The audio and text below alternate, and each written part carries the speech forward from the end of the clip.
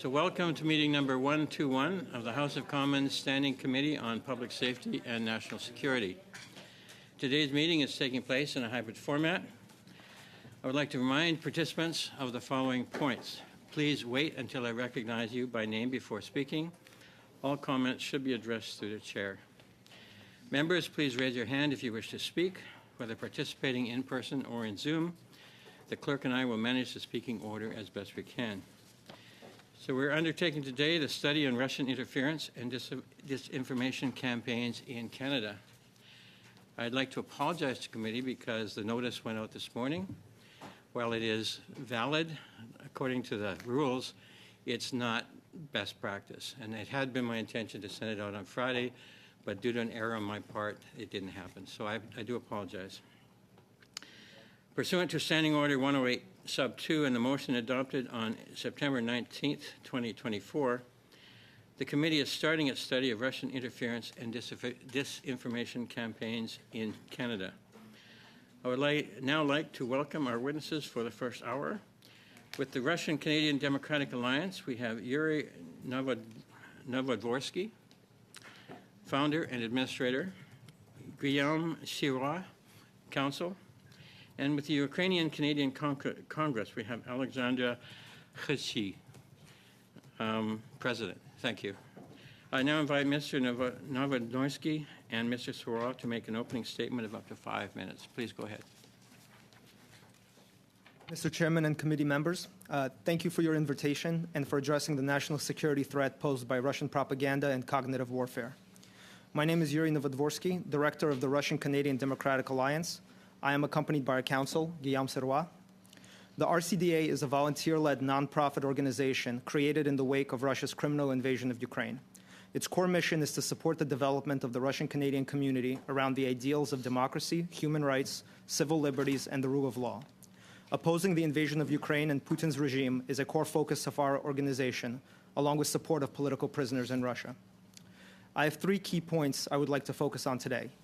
Russia is actively engaged in cognitive warfare against Canada and its allies. Second, this cognitive warfare is significantly impacting the stability of civil society and institutions in Canada. And third, this threat has not been taken seriously for too long, and now we are facing compounded effects of years of Russian propaganda. I will conclude my presentation with a series of immediate calls to action for your consideration. Russia has been conducting propaganda campaigns in Canada aimed at sowing social division and eroding trust in our institutions, including the media, for years. The goal of these campaigns is to create a divided and distrustful society, easier for Russia to manipulate and control.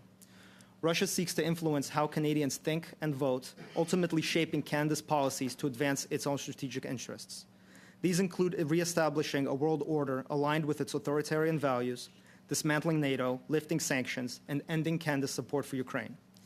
These efforts are targeting the Russian-Canadian community and the greater Canadian population, as evidenced by the Tenet media operation. Although Canada has shown more resilience to Russian propaganda than our American neighbors, we are already starting to witness its effects. Declining support for the war in Ukraine, increasing radicalization and social divisions, and eroding trust in our democratic institutions. These have been strategic objectives for Russia since at least the annexation of Crimea in 2014. These narratives, including the Tenet media operation and during the last 2 general elections, have directly targeted the Prime Minister, specifically because of his support for Ukraine and his condemnation of Russia's human rights abuses. Furthermore, these narratives are notably echoed by certain media outlets and at least 1 political party in Canada, which received close to 1 million votes in 2021 and is poised to gain even more in the next election. Even if these fringe elements do not succeed, larger parties may be tempted to court their voters by adopting a less robust stance in support of Ukraine, for instance. As we have seen in the neighboring United States, it is not a question of if, but when these narratives become part of the mainstream national discourse. By then, it may be too late. The Canadian videos from Tenet Media have made headlines, but they represent only the tip of the iceberg of Russian propaganda in Canada. Russia has been waging its cognitive warfare in Canada for close to a decade. A foreign nation should not be permitted to shape Canadians' thoughts and policies, especially when this has been an ongoing issue for so long. The Tenet media videos about Canada have been viewed over 500,000 times. If a foreign power chartered a cargo plane to drop 500,000 propaganda leaflets over Vancouver, Toronto, Ottawa, and Montreal, criticizing Canadian policies and Prime Minister, undermining our society and institutions, what would have been the reaction? The Tenet media operation is much worse than that. Our institutions are not equipped to respond or even to detect these threats from Russia. We have learned of the Tenet media operation from a United States indictment, and our government does not want to tell us anything more than what is already public. Without our American allies, this propaganda campaign might have never been detected. Except for public condemnations, our government has seemingly done nothing in retaliation. Vladimir Putin is not deterred by public statements. As a result, the RCDA has the following calls to action for your consideration. First, we must address this issue as the national threat it poses. This is not mere disinformation or propaganda. It is cognitive warfare targeting all Canadians, and particularly the Russian-Canadian community. Second, there should be one agency or institution clearly responsible and accountable for defending and responding to this threat, coordinating with the other actors involved, such as other democratic nations, CSIS, CSE, Global Affairs Canada, political parties, and civil society. Third, we need to ask the Foreign Interference Commission to examine and assess the events related to Tenet Media. The RCDA has already made that request weeks ago, but we are still waiting for a response, and no witnesses related to the Tenet Media events are slated to testify before the Commission. Finally, social media platforms provide the infrastructure that has made much of this cognitive warfare possible, and as such should be held to a higher standard of reporting and managing foreign interference. In conclusion, we must recognize the severity of this threat and take immediate action to counteract Russia's cognitive warfare strategies. Our national security, societal cohesion, and democratic values depend on it. Thank you. Thank you. I now invite Ms. Hachi to give an opening statement of up to 5 minutes. Please go ahead. Thank you, Mr. Chair and committee members, for the opportunity to speak to you this morning. The Ukrainian-Canadian community has been the target of Soviet and now Russian disinformation for many decades.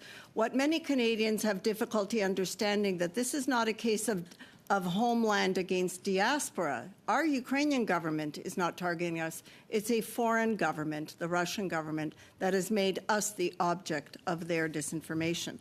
And as my friends have alluded, CSIS has identified Russia as a foreign actor and player in disinformation. To quote from their report, Russia also continues to attempt to discredit Canada's Ukrainian community, falsely claiming that it is composed of neo-fascists who control Canada's foreign policy. And there's more that they say, but I'm sure you've read the report. So when our intelligence service comes to these conclusions, why is Canada still a safe haven for Russian operatives?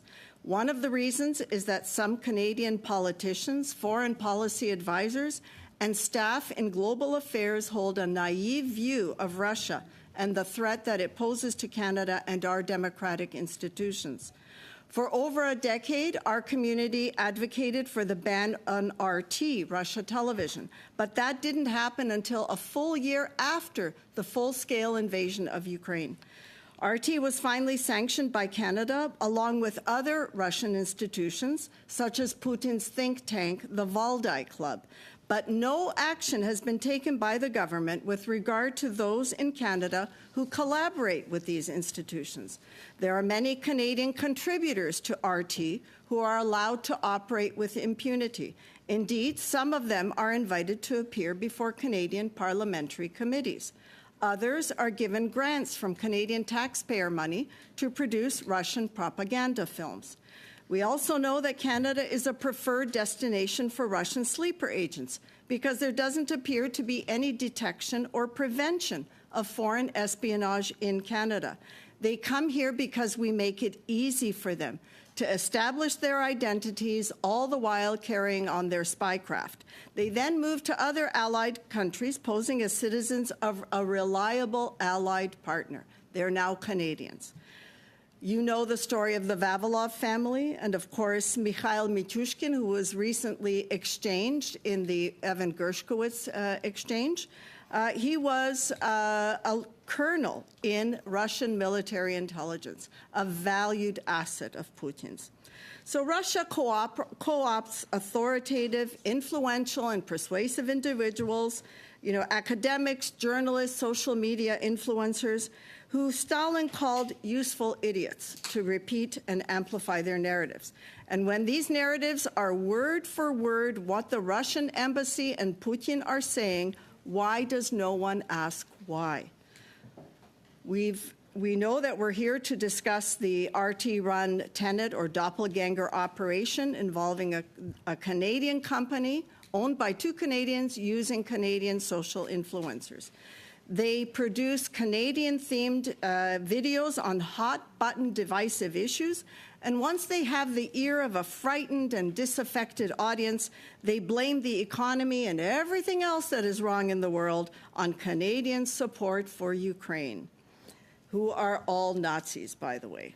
So the government has failed to do anything, and this creates a culture of impunity which normalizes this behavior of referring to Ukrainians as Nazis. And this has also posed a threat to our community, unfortunately. We surveyed our community, and we saw a substantial increase in the number of anti-Ukrainian hate-motivated incidents. We have asked two successive ministers of public safety to speak out and condemn this behavior, but they remain silent. We know that for decades, the Soviet Union engaged in active measures, operations to discredit our post-World War II diaspora, who were very critical of the Soviet regime, and we posed a threat to them. One of these operations, unfortunately, was the Deschênes Commission. Evidence in Operation Payback shows that the campaign to inflame the Canadian public by falsely claiming that the infamous Dr. Mengele was hiding in Canada. This was a campaign that was started by a Canadian representative of the Simon Wiesenthal, Saul Littman, who deliberately planted false stories. And once the Canadian public was sufficiently inflamed, the Mulroney government convened a commission of inquiry, which cleared all but 29 individuals. And yet today, we hear repeated calls for the disclosure of the names of these innocent people, over 800 of them who have several generations of descendants. I'm sorry, could I get you to wrap up? Yes. So we also would like to speak to the Russian propaganda film, Russians at War, which was produced by a former producer of Russian television, an example of the kind of naivete that we have in Canada, which not only condones but finances the whitewashing of genocide. So I look forward to your questions. Thank you. Thank you, Mr. Chair, and thank the witnesses for being here and making this important study. Oh, so they automatically turned it on. So I just wanted to start off by, let's drill down a little bit on the Canadian Media Fund. $340,000 of taxpayer money went to Anastasia Trofimov. And anyway, she, as you mentioned, was a former employee of RT, Russian Television Today. Do you believe that the government of Canada should recoup those funds for funding Russian misinformation? Absolutely. I think it's... Sorry, I don't know if that was directed to me. Both witnesses. Yeah, sorry. Well, I'll start then. If you can start. Yeah. No, absolutely. I think it's scandalous that Canadian taxpayer money funded this production, and we call for a full investigation as to what she said on her application.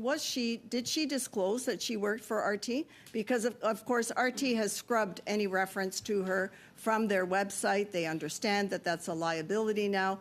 But we need to understand whether the Canadian funding agencies knew that she was a former employee. She produced 11 films for them. Whether they knew that she was entering sovereign Ukrainian territory with an invading army that is committing war crimes. So these are questions that need to be asked, and I think the funding should be refunded, because I am sure that the Kremlin is just giggling at how clever they were in tricking Canadians.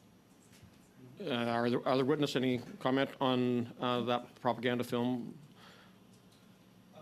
Thank you. So the RCDA opposes any film that minimizes or hides the atrocities committed by the Russian government or the Russian army in its invasion of Ukraine. At the same time, we do believe that there's a place for honest journalism and documentary films from the conflict. The RCDA doesn't have information.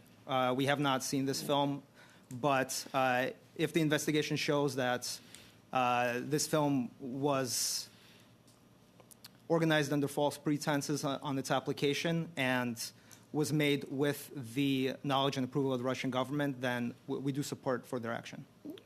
So wouldn't we just assume, though, if there's a journalist or a media, or in this case, a director embedded with the Russian troops, that they're there with the blessing of the Kremlin?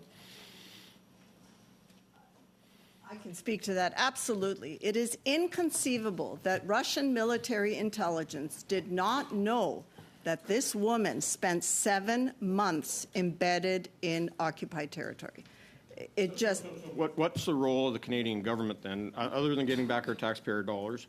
What role do they have in seeing whether or not that she actually filmed, maybe has footage of war crimes being committed, which of course are all glossed over in the propaganda film? And what international rules did she, or laws that she essentially broke that the government has not yet taken any action on? So we know she violated Ukrainian law by entering into occupied territory without the permission of Ukrainian authorities. There is the possibility of violation of sanctions, and the RCMP would be well served to investigate the circumstances around her filming of this documentary. And of course, the RCMP is collecting evidence of war crimes and should seize her footage. She claims she saw no evidence of war crimes, but in 7 months, we know that every single territory that is liberated from Russian occupation, we find evidence of war crimes. We know that they are torturing and executing Ukrainian prisoners of war. So it's inconceivable that in the 7 months she saw nothing. Okay, you said that you've had a couple of meetings with the former and the current Minister of Public Safety about Russian disinformation, and you are not satisfied with the response that you've received to date from either, I'm assuming it was Minister Blair and his predecessor? No, I should clarify, it was with Minister Mendicino. Okay. He did not take up our request to make a public statement, and we have not been able to secure a meeting with Minister LeBlanc. Okay. So won't even meet with you on this important issue and how we deal with disinformation. So another cover-up in the works here. Can we, you mentioned other activities of the Russian Federation and going back to Soviet times. Do you believe that journalism in this country is outside of social media, which we know that they've really penetrated in, and RT, of course, and other propaganda tools that they've used, but are any of our mainstream media, do you believe, has been compromised by either the Soviets or the Kremlin today? Well, I think if you look at the reporting, it is very often word for word what is coming out of the Kremlin and out of the Russian embassy. So I'll say to you, Mr. Bazan, if it walks like a duck and talks like a duck, it's not a chicken. How much? 12?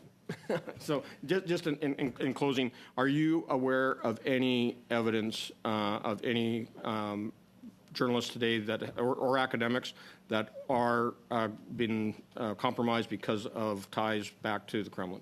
We know that at the University of Ottawa, there is a regular contributor to Russia television, and we know that at the University of Carleton, there is a prominent member of the Valdai Club, which is Putin's think tank. Thank you, Mr. Bazan.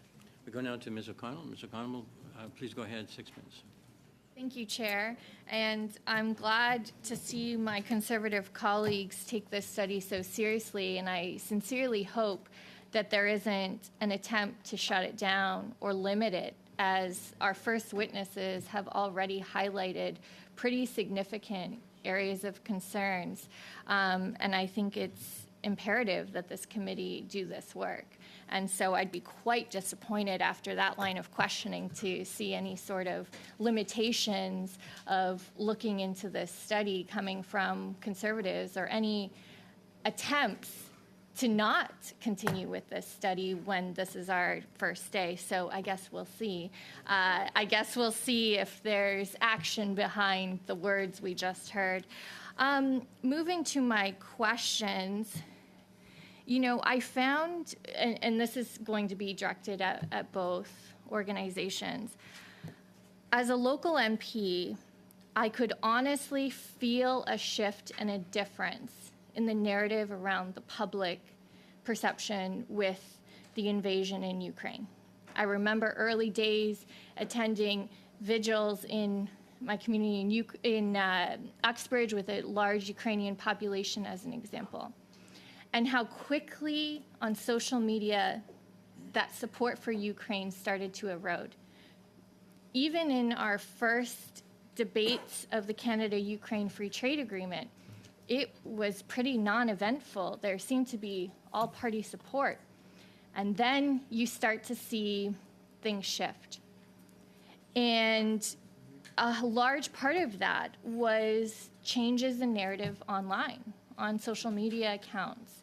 And so when this came forward in regards to influencers being potentially and allegedly paid by Russia to look and mimic like Canadian organizations or Canadian social media pages, you start to put two and two together, as I could very clearly see that shift as just a local MP with Ukrainians in my riding as one example.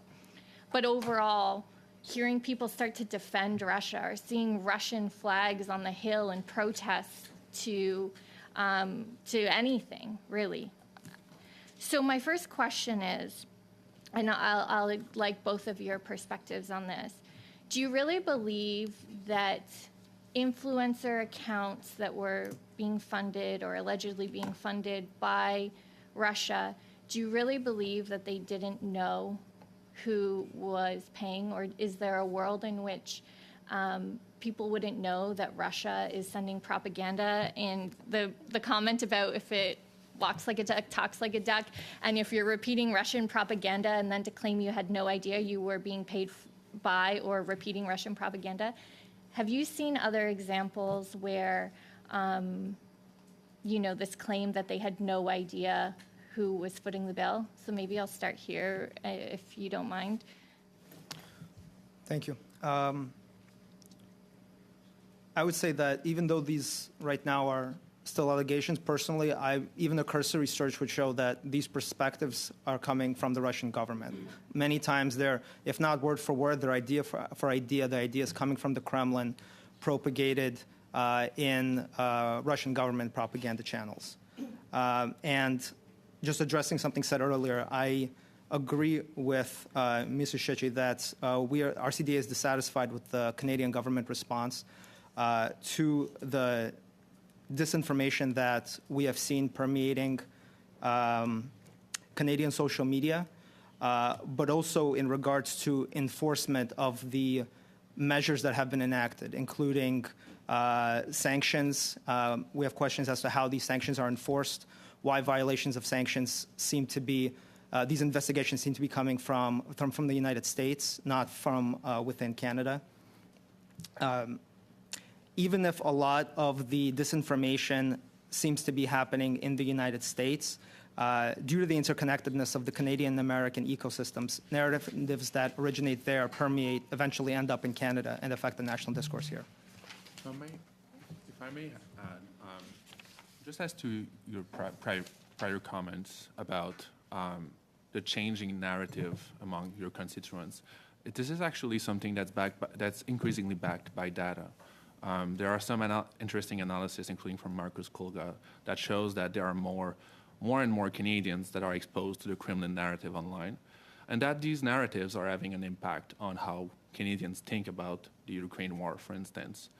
And this is not only a Ukraine war issue, it's also an issue that targets broader issues in Canadian politics, such as the housing crisis, the inflation, and even the Prime Minister, Justin Trudeau. That has been something that the Kremlin has done in Canada for close to a decade, as my friend alluded to in his testimony. Sorry, I don't mean to cut you off. I am just Yeah. limited on time, and I'd like to get, but just, do you think it's also problematic when politicians are being paid to fly to, around the world by institutions like the Danube Institute, who has been known to also promote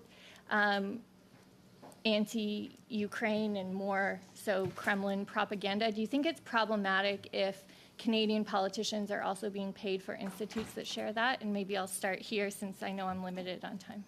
Absolutely, because there is the possibility and the appearance of bias, and so I think that all trips paid by other entities should be banned for Canadian politicians.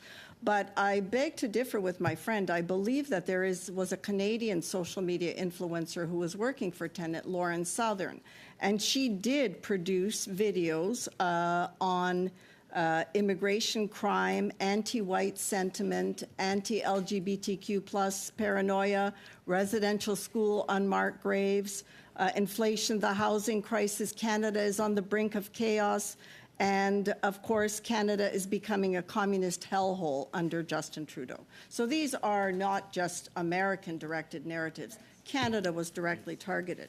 I'm going to have to ask you to wrap it up quickly. Yeah, I'll stop there. Thank you. Thank you, Ms. O'Connell. On y va maintenant, Monsieur Fortin. Monsieur, allez-y. Mr. Fortin, you have 6 minutes. Thank you, Chair. Thank you to our witnesses for being here today. I hope the interpretation is working. Can you hear me?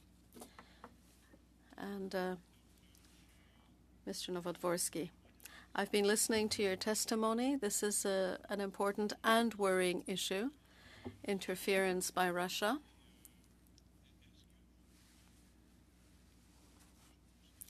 I don't know whether you're aware of other countries that engage in interference in Canada, but in your view, is there a difference, and is there a way of recognizing foreign interference and distinguishing it from interference coming from China, India, or other countries? Is there a particular feature that makes it possible to tell these apart? Monsieur. Mr. Novodvorsky. Désolé.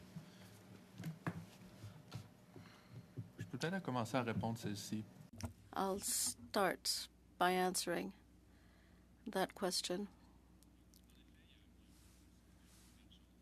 We see a convergence of interests among different countries to interfere in our democratic institutions.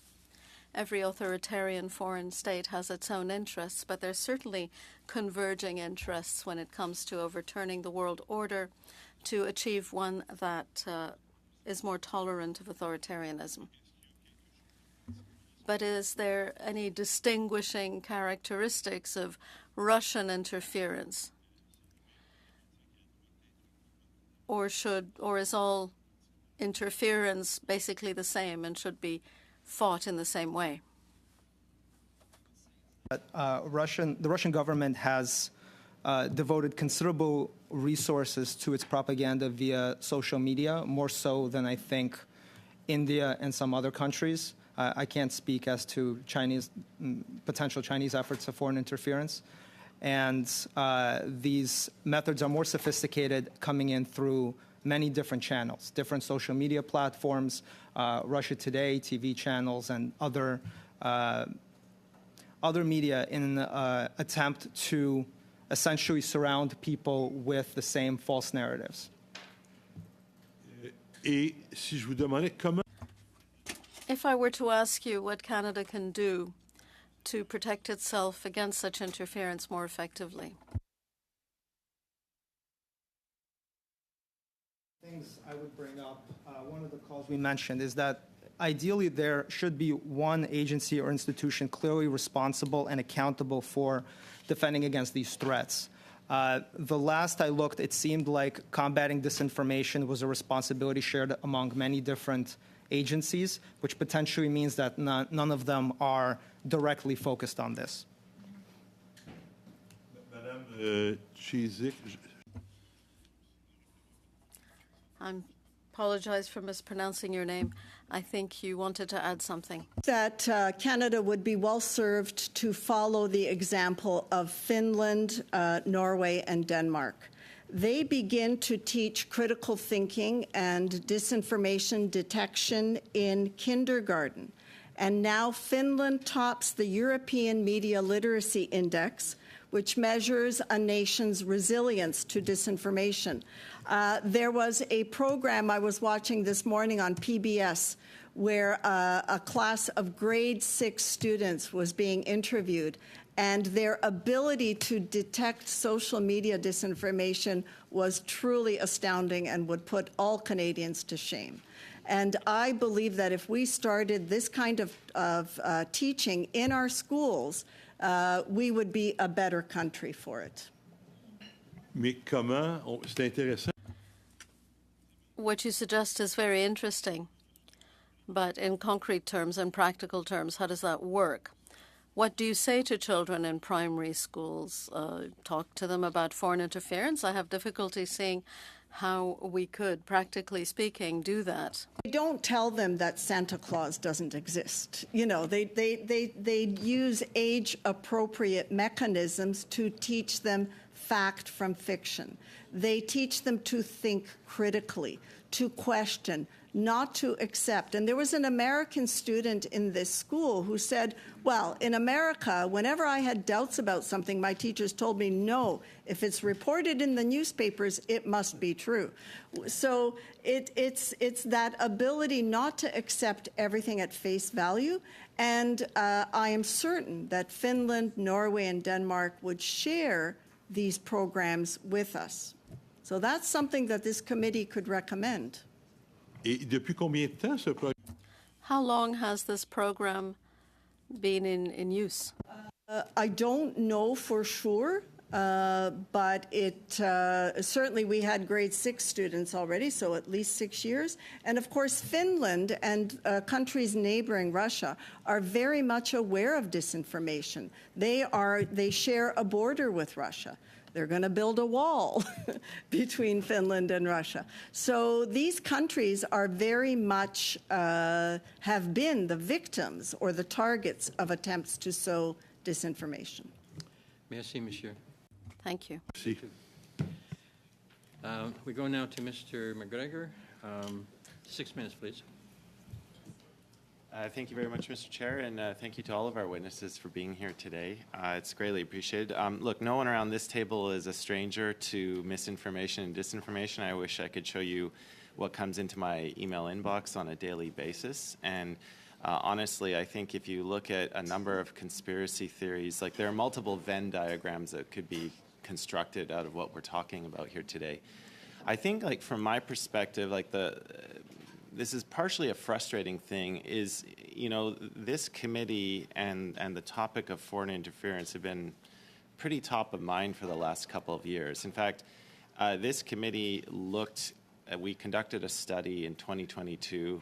The report was tabled in the House of Commons in March of 2023, and it was looking at Canada's security posture vis-a-vis Russia. And we were looking at all kinds of areas where Russian involvement in cybersecurity espionage, in misinformation, disinformation campaigns, and we made a series of recommendations in that report. So, you know, that's about a year and a half ago now. And maybe I'll turn this question to the Russian-Canadian Democratic Alliance, because in your opening statement, you wanted us to address this as a national security threat. You wanted to see one institution responsible. We did make a recommendation to the government about examining the full extent of Russian disinformation, targeting Canada, actors, the methods, the messages, and the platforms involved. In response, the government did say that in Budget 2022, they had committed to providing $13.4 million over 5 years to renew and expand the G7 rapid response mechanism. I'm just wondering if you can have a comment on that, because if we've made a recommendation and they've provided a response, I'd like to just have your feedback on how well that's working so that maybe we can update our recommendation in this report. I'll just start by saying that whatever has been done, I think there could be, there should be increased transparency as to the effectiveness, because from the latest news that we've heard, it is not clear to us what actions the government has taken beyond public statements. Guillaume? And as to the narrow point, I agree with my friend, but as to a narrow point of RM Canada, they are active and they are trying to identify these threats. But Lauren Chen, who helped set up Tenant Media, was actually very active during the 2021 general election, amplifying People's Party of Canada related content and discrediting the Conservative Party and the Liberal Party.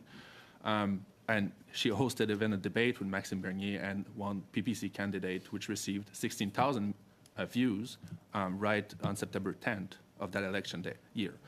And that wasn't detected by RRM Canada. And the Tenant Media operation was not detected by RRM Canada. So even though they're trying, for some reason, they're not able to detect these threats from what we've seen. Thank you for that. We also, looked a lot at, the roles that internet service providers play in this and the platforms themselves. And I mean, you look at Twitter, now known as X. If I were to put a tweet out there about Ukraine, the replies would be instantaneous. And I guess maybe I'll turn this question to you. Just anything because we have tackled this issue, we've made our recommendations in the past. It seems that internet service providers and major social media platforms continue to operate in a way that allows this misinformation and disinformation to spread. It appears to much of the public that nothing has really changed in the last couple of years.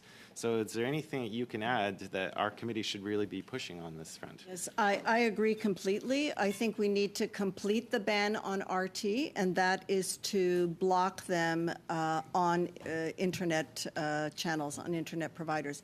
Other countries have done this, and some social media platforms have. So Meta, Facebook has, TikTok has. But if we block them on the internet servers, because there is, you don't need cable television to see Russia TV in Canada today, and that's the problem.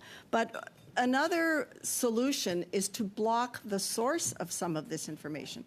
Canada is the only country that has not expelled a single Russian so-called diplomat since the full-scale invasion. The EU and other NATO countries have kicked out 600 of them. We have yet to throw out one. And we have a huge disproportionality in representation, diplomatic representation. We have 69 diplomats, Russian diplomats registered in Canada, and only 17 in Moscow. Where's the proportionality here?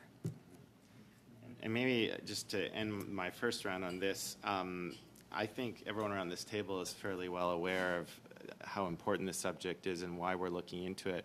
But just to get it on the record for Canadians watching this, how does it serve Russia's strategic interests if the Canadian public is being flooded with misinformation, disinformation? How is that serving Russia's strategic interests when Canada is being flooded with that? We know they're struggling on the battlefront. The battle for Kyiv that was supposed to last for 3 days is now in its third year. So the Russians are looking to other means, and that is to undermine support for Ukraine around the world.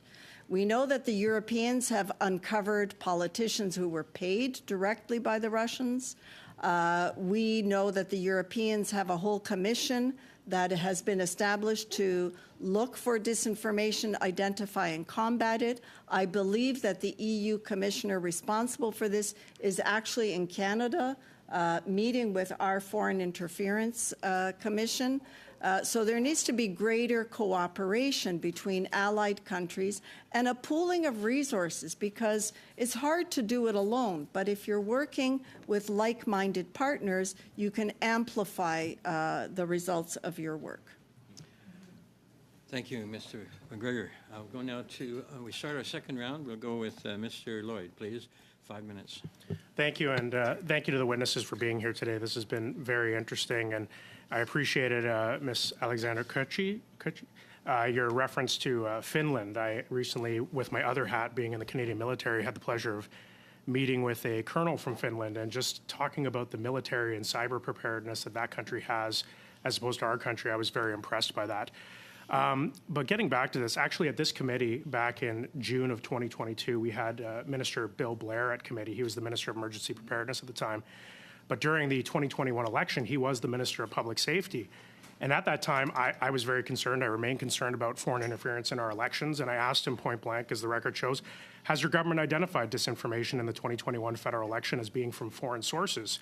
His words, I can advise you, I checked in anticipation of your question, that I have not received any information that Russia was involved in any effort at foreign interference in the last federal election. Now, I said, I understand that, but if Russia sees that one country can influence our elections, they might be emboldened to try it themselves. Has your government identified any foreign interference in the 2020 election? To which he replied that his agencies are very alert and that they have not identified any foreign interference. We now know that not to be the case. There is foreign interference in our election. Was it surprising to you that back as soon as 2022, we had ministers in this government who said that there was no foreign interference happening in our country? Is that surprising to you at all?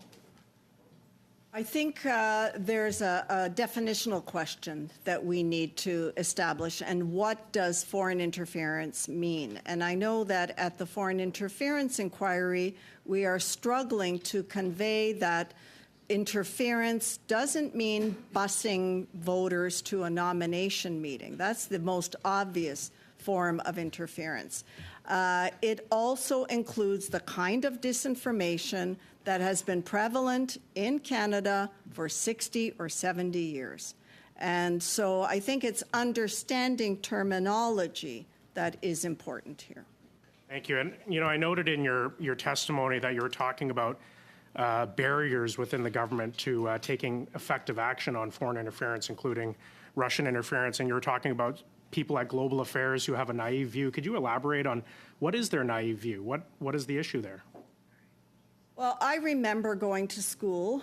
I don't want to reveal my age, but, you know, in the 80s when the academics who taught history, whether it was Russian, East European, or whatever, were all schooled in the Soviet school of academia. They all spent their summers in Moscow being wined and dined by the KGB, and would come back and repeat really Soviet lines of thinking.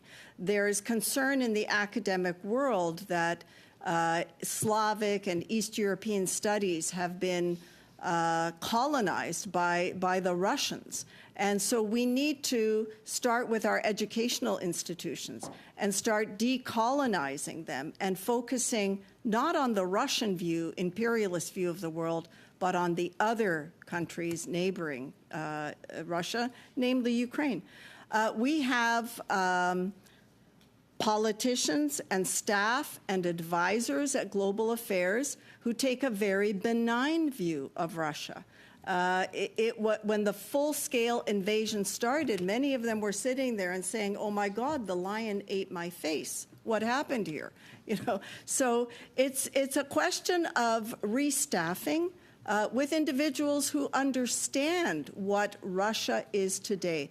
The Helsinki Commission is recommending to the U.S. government and to other governments that you need a reset, and I'm not talking about the Obama reset. We need a complete rethinking of our approach to Russia and identifying it as a global security threat.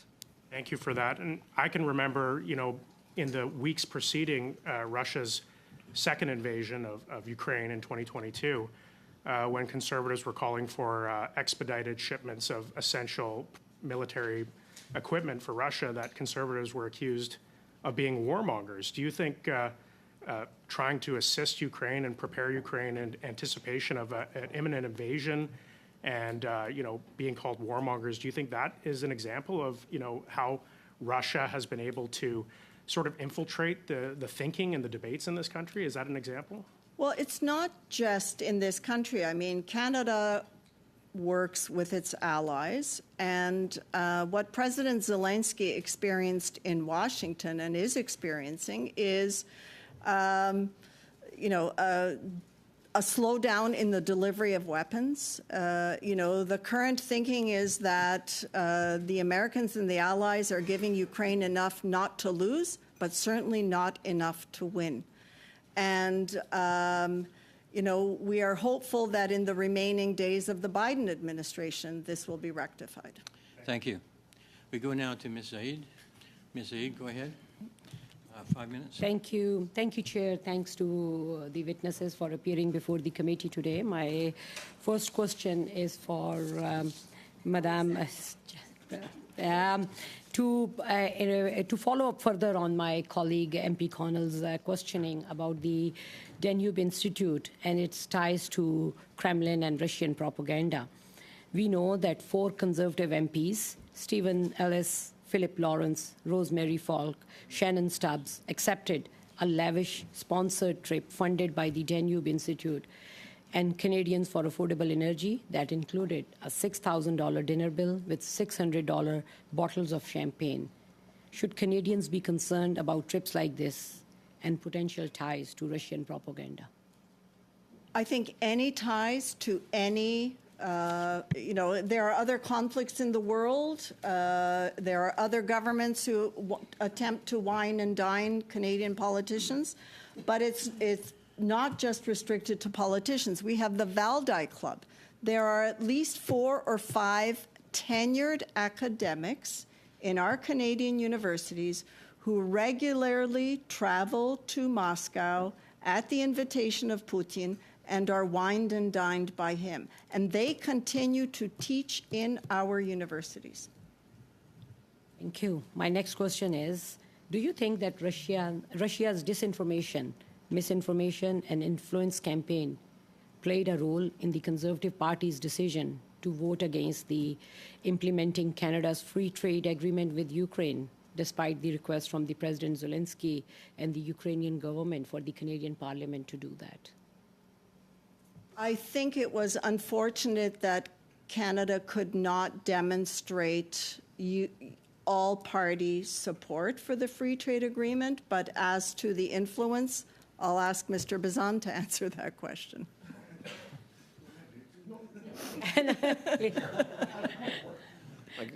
To suggest that Russian interference, when the Russians call me a Nazi and they put Excuse me me, on, excuse me, and excuse me, they excuse me, continually excuse me. dish me on their Excuse me. national television, I think it's very rich to have Excuse that me. coming from the member. So you're not recognized on a point of order. My time, so point of yeah, order. go ahead. Would you like to comment on that? Yes, I would agree that any organization that has ties to the Russian government in any capacity, those ties should be critically analyzed before government officials accept invitations from institutions like that. Thank you. My next question is, Madam, what role do Western social media platforms play in amplifying Russian-backed misinformation campaigns, and how are these platforms being used to create the divisions within these societies? Well, I think we've heard about Tenet. That is, if one reads the indictment, you can see, and of course, if you look at the platforms of these influencers, you will see exactly what they've done. I refer to the themes and the narratives that they are promoting. But as I said, Facebook has now banned RT. That's not enough. I think there need to be better filters on social media to look at bot farms. You know, you've said you post anything on Ukraine and you're flooded by artificial intelligence. And that is a phenomenon that we as a country have to deal with and address it. Because it's not just the Ukraine question. It's pervasive throughout all aspects of our society and political arena. Going further into the RT, how does Russia use RT and the other state-run media to advance its agendas, both domestically as well as internationally? So we know that they're a tool of the Russian government. They work closely with the FSB. They are one and the same, in effect. But they do exactly what we have seen. They buy politicians in the EU. They buy social media influencers. They're way ahead of us in terms of the mechanisms that they use. And we are, in many ways, sitting ducks here because we have been very comfortable in Canada for a very long time. We bought into the peace dividend after the Cold War. And now we have to reframe our thinking and build our defenses to be more resilient. And as I said, that starts in school with our youth, but that will be a generation or two before they are educated. But we have to start that form of education with politicians. We have to clean out the vectors of this disinformation, starting with the Russian embassy and preventing this garbage from coming into Canada. Thank you. Thank you. Now on y va maintenant, Monsieur Fortin. Allez-y, s'il vous plaît, 2 minutes et demie, s'il vous plaît. Mr. Fortin, you have 2.5 minutes. Thank you, Chair. Ms. Chichiz, I think I'll call you Ms. Alexandra, as you suggested. Do we have, let me rephrase that. I understand that in Finland, they have an education program in primary school, and if I understand correctly, the same program is applied in Norwegian and Danish schools. Have there been assessments on the impact of those programs on disinformation in countries that have such programs in place? There is something called the European Media Literacy Index that measures a country's resilience to disinformation. They measure European countries, and so those 3 countries rank number 1, 2, and 3 in terms of their ability to resist disinformation. Est-ce que vous avez Do you have a copy of the report, or if not, could you obtain one and provide it to the committee? The report you just mentioned.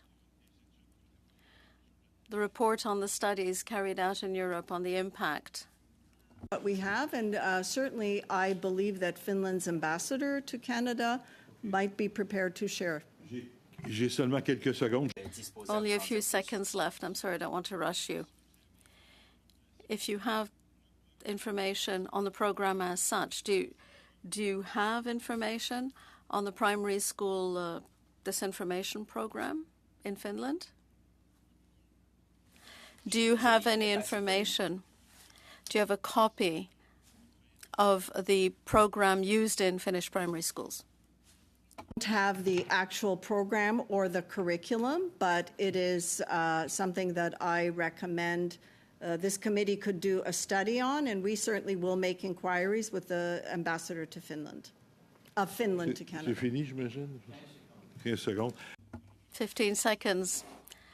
Thank you for being with us. What you're saying is extremely important, and I would like to hear you again whenever you like. If you have any further information on the issue, please do convey it to us, because we do have to act. Merci, Monsieur. We go now to Mr. McGregor for 2.5 minutes. Thank you, Mr. Chair. This committee has often had the Canadian Security and Intelligence Service before us as witnesses to update the committee on their activities. And of course, a lot of what they do, by its very nature, goes unreported.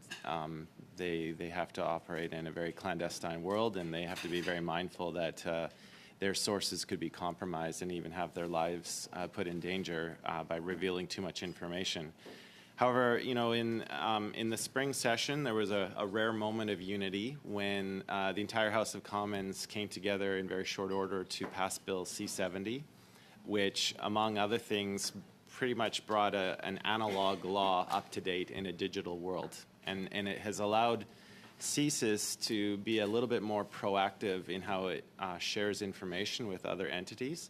And certainly, I've had meetings with CSIS officials since that act received royal assent, And the service is still coming to terms with how they're going to implement some measures, but they certainly are being a little bit more proactive. But I guess, when it comes to the work that our security and intelligence agencies are doing, and this includes the officials at Public Safety Canada, and you compare it to some of the European examples, are there any wishes that you have in how maybe those agencies could be a little bit more proactive with the Canadian public in a non-political way, underlining the gravity of the threat, the measures that need to be taken to counteract it, and maybe being a little bit more proactive when we actually have some success in stopping some of these campaigns? And maybe I'll start with you, and we can ask everyone to comment on it quickly. Thank you, Mr. McGregor. I would say that it's not surprising that there's limited transparency from security agencies, because that's the nature of the work. But as a member of the public, it's very hard to understand what's being done behind the scenes versus not being done at all without greater transparency. And we've seen that in the course of the current public inquiry into foreign interference, where it seems like sometimes the Canadian government might just not be aware of the foreign interference campaigns that we later find out via allegations. And we don't know, well, it at least seems to the public that the Canadian government was not working on these cases at all. To me, it is inconceivable how a colonel in Russia's military intelligence, Mikhail Mityushkin, could have spent a decade in Canada earning 2 degrees, one of which was at Carleton University, where the Valdai Club member holds tenure. It is inconceivable how Canada's intelligence services did not identify him for over a decade. It was the Norwegians who had to do it for us. And similarly, the Vavilovs. The Vavilovs were here for over a decade. They moved on to the United States. I mean, this is how they work. They become nice Canadians. We're all nice people. And then they go on as trusted allies and continue their work. They were exposed by the Americans. So this is, I don't understand it. What are our security services doing? Thank you. I have to draw the line there. So that brings an end to this panel. I'd like to thank all of our witnesses for being here today, and thank you for all of your input. And go ahead. I don't have a questioning round. The witness Alexandra has mentioned this Valdai Club a couple of times. I'm just wondering if she could send the committee information on that so that we'd have it for our report. I would invite all the witnesses, if you have further information to share with the committee, to please send it to the clerk, and he will make sure the committee, make sure it's appropriately translated and distributed to the committee. So thank you very much. With that, we will suspend to bring in the next panel.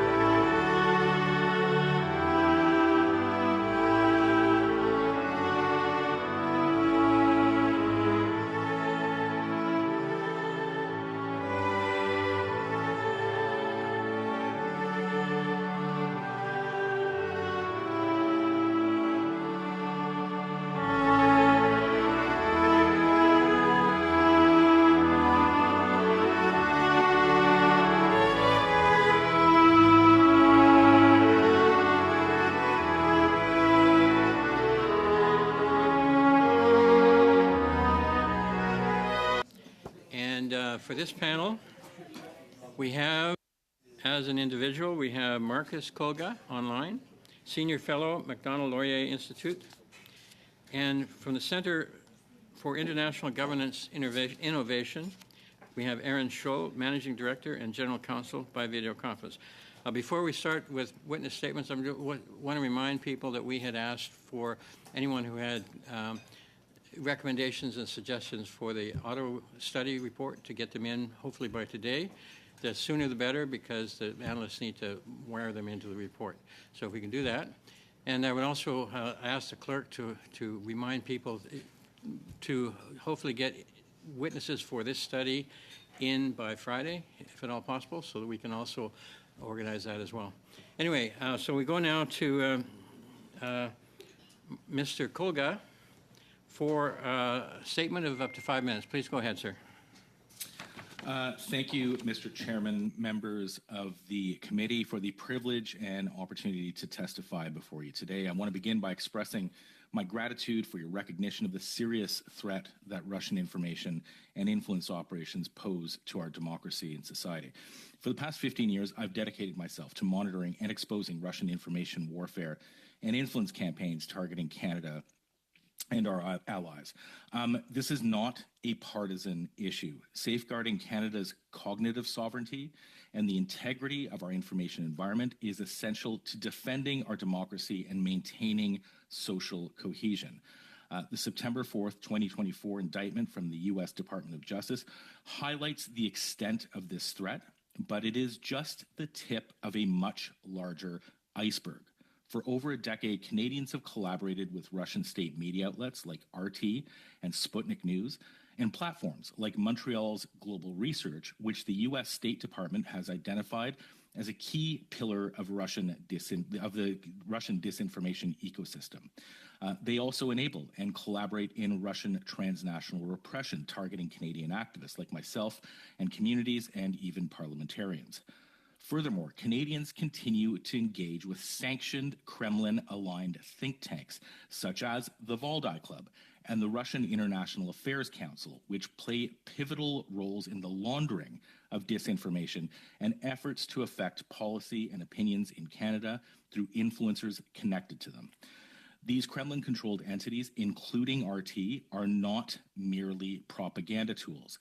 They are designed to weaponize information, to manipulate our understanding of the world around us, to undermine our democracy, and erode our social fabric. They are not bound by any physical borders either. An FBI affidavit, released alongside the DOJ indictment on September 4th, provides detailed minutes of high-level Russian meetings and strategy documents. One of Vladimir Putin's closest advisors, Sergei Kirienko, was involved in these meetings, underscoring the personal importance of these operations to Putin. Among the documents in the affidavit are instructions to Russian propaganda agents to monitor Western information environments for domestic conflicts, friction points, and crises, and to artificially create and intensify tensions in countries allied with the United States. The documents instruct agents to create false narratives, lies, to be delivered through Western influencers and state media platforms like RT to achieve this. Now, Global Affairs Canada has identified RT as an arm of Russia's intelligence apparatus, engaging in psychological operations and disinformation, while its cyber actors target Western nations, including Canadian critical infrastructure. The U.S. indictment exposes the significant involvement of Canadians in RT's activities. It alleges that a company established by two Canadians received $10 million from RT to create a platform for transmitting these narratives to Canadian and American audiences. While this may seem like a large sum, it is only a fraction of the $3 billion Russia spends annually on information operations globally.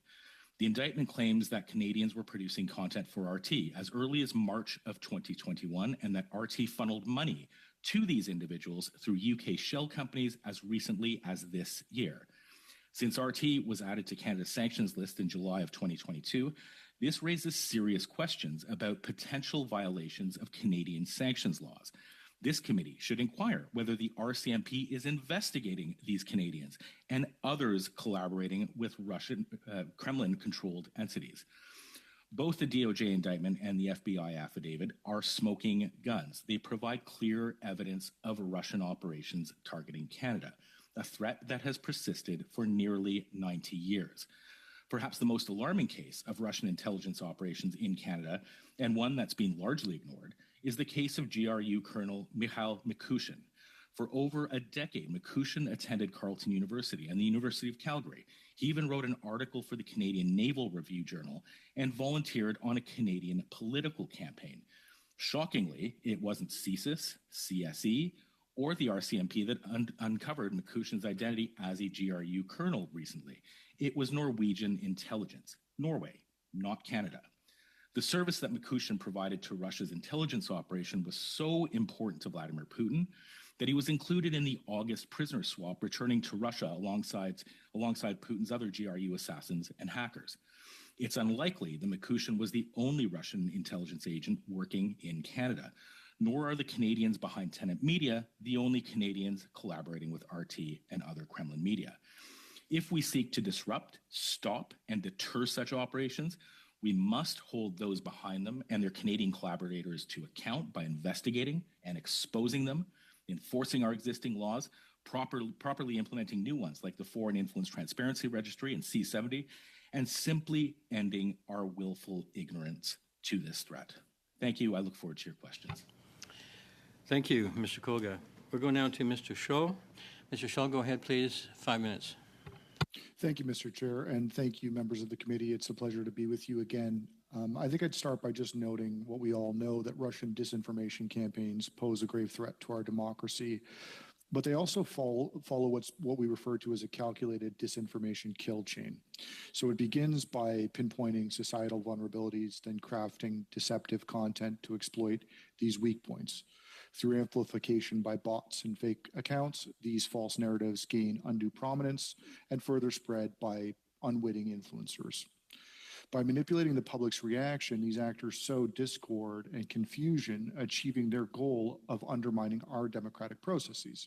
Now, in response, Canada has implemented a number of measures. One of them is the rapid response mechanism, and I'm sure you'll hear more of that, which monitors and addresses foreign information manipulation. We also have the Digital Citizenship Contribution Program through Heritage, which supports these efforts by promoting digital literacy and raising public awareness. But looking ahead, we must do more to strengthen our defenses. First, by expanding our sanctions regime in coordination with our allies, we can impose tangible consequences on those perpetuating disinformation. Second, by utilizing the communication security establishment's offensive cyber capabilities, we can actually disrupt disinformation networks at their source, following the successful model that the NSA in the United States used in advance of the last election. And finally, we must implement a national digital resilience strategy that engages all levels of society. This strategy would involve collaboration with provincial and territorial governments to embed digital literacy into school curricula, ensuring that students from an early age are equipped with the critical thinking skills needed to navigate the digital world. Additionally, adult education programs led by educational institutions and supported by community organizations would provide vulnerable populations and the wider public with the tools to recognize and counter disinformation. Public awareness campaigns coordinated through community hubs like libraries and local cultural institutions would reinforce these efforts by ensuring that digital literacy becomes a national priority. And let me pause there for a moment. Digital literacy must become a national priority. By fostering collaboration between government, civil society, and educational institutions, we can create a unified and resilient front against foreign information manipulation and interference by helping Canadians critically assess the information they encounter and reducing the societal impact of disinformation. Recent intelligence assessments, including CSIS's report entitled Moscow's War in the Ukraine, Implications for Russian Foreign Influence Activities in Canada, highlight the ongoing risk we face. While Canada differs from other Western nation and its level of exposure to Russian foreign influence activities, these operations do persist and target specific groups, including the Russian diaspora in Canada, to promote disinformation about the conflict in the Ukraine. According to CSIS, Russia is using pro-Russian proxies and witting or unwitting influencers to amplify narratives aimed at discrediting Canada's policies on the Ukraine and smearing the Ukrainian diaspora. These attempts are particularly concerning given the size of the Russian-speaking population in Canada and the Kremlin's focus on exploiting divisions within Canadian society.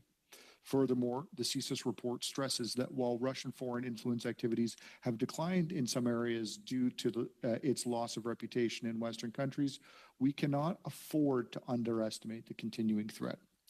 Russian state-linked actors remain committed to using disinformation to undermine social cohesion and trust in Canadian institutions, as well as to counter Canada's strong stance on the Ukraine.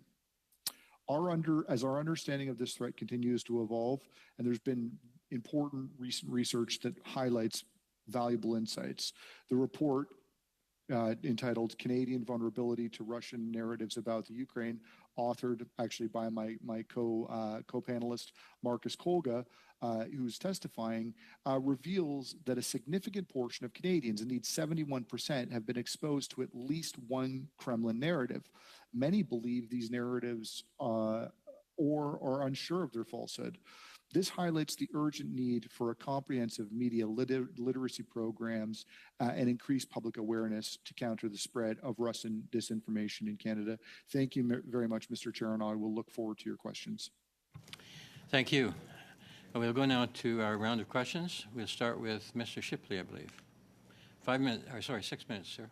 Thank you, Chair, and thank you to both of our witnesses for being here today. I'd like to start with Mr. Kolga. Mr. Kolga, welcome back to our committee. I have a two-part question, Mr. Kolga. Can you speak about how Russia uses transnational repression to discourage dissent and exert control over individuals living in Canada? And the second part to that is how can we as legislators better protect diasporic communities from these forms of control and coercion? Well, thank you, Mr. Chairman, for that question. Indeed, Russian transnational repression is a persistent and growing threat to our democracy. Transnational repression itself is when a foreign regime uses coercion, threats, intimidation, and violence to discredit and silence regime critics, including activists, minority communities, and even parliamentarians. And this is happening in Canada. In the worst cases, the Kremlin has tried to poison its critics, like the Skripals in the United Kingdom, or use brutal violence, like the case of Alexei Navalny's colleague Leonid Volkov in Lithuania. In Canada, we've observed Russian government surveillance of diaspora groups, campaigns to discredit parliamentarians, and efforts to incite hate towards the Ukrainian diaspora. I've personally been targeted multiple times by the Kremlin and their proxies and influencers in Canada to intimidate and discredit me. Russian state media regularly publishes articles about me. Former Canadian diplomats, academics, and officials connected to Kremlin think tanks, like the Valdai Club, Russian companies, and a trade promotion agency have tried to discredit and defame me through poison pen campaigns. And I was among the first Canadians placed on the Kremlin's sanctions list. In 2019, I received a series of emails threatening to kill me and my family, originating from internet IP addresses in Canada and in Moscow. And when I looked to help from the RCMP, they told me to report it to my local law enforcement agencies, and they in turn told me to report it back to the RCMP, who then told me to report it to CSIS. And CSIS, as we all know, is a black hole that focuses primarily on the collection of information. Now, luckily for me, an officer in York Region picked up my file a few months later and opened an investigation. They found one culprit, a radicalized Russian nationalist living between Thornhill and Florida. And thankfully, York Region Police provided me and my family with victim training and a phone number to call in case of a future emergency. I should also mention that for the Ukrainian community, Russia's incitement of hate has manifested in violence towards Ukrainian community members, including vandalized businesses, homes, even vehicles. Students have been intimidated, and the Ukrainian Canadian Congress has even been forced to create a national crisis hotline to support victims. We've also witnessed parliamentarians targeted with transnational repression. In 2018, Deputy Prime Minister Chrystia Freeland and her family were the targets of just such a campaign, where historical facts were distorted and manipulated to defame her and her entire family, and in fact the entire Ukrainian community. A story was first planted into a Moscow blog that was run by an alleged former KGB agent, and then spread from there into the constellation of Kremlin-aligned online proxy platforms. That story eventually metastasized into our national media, who willingly ran this very well-orchestrated Russian information operation against her. This is not unlike the Chinese state Global Times campaign against former Conservative Party leader Erin O'Toole in 2021, which coincidentally was first exposed by my organization, DisinfoWatch. Now, the campaign against Ms. Freeland also demonstrates that Russia is playing the long game, operating between elections to impact election outcomes, not just during elections. An important fact that has been clearly missed by the Commission looking into foreign interference in our elections. Now, in terms of national security, this is a significant threat as we currently leave the door wide open for Russia, China, and Iran to target and attack our citizens and residents. And we need to be doing much more in terms of protecting these vulnerable communities. Mr. Shull, I wonder if you could move your microphone to just above your lower lip or your upper lip. Can bring it down a bit. I think it's on up by your ear. Mr. Kolga. Sorry. There we go. Maybe down a little bit further. Is this better? Is this better? I can never get this boom. Yeah, I think it's good. Red. Okay. Go ahead, All right. Mr. Shipley. Thank you, Chair, and thank you to Mr. Kolga for that answer, and thank you for your courage for all you do and for being back here today. My second question, Mr. Kolga, is also to you. Recently, Canadians learned that the Liberal government used $340,000 of taxpayer money to fund a Russian propaganda film titled, quote, Russians at War. Do you think that it is appropriate for the government of Canada to be funding a Russian propaganda film? Well, I think the basic answer is no.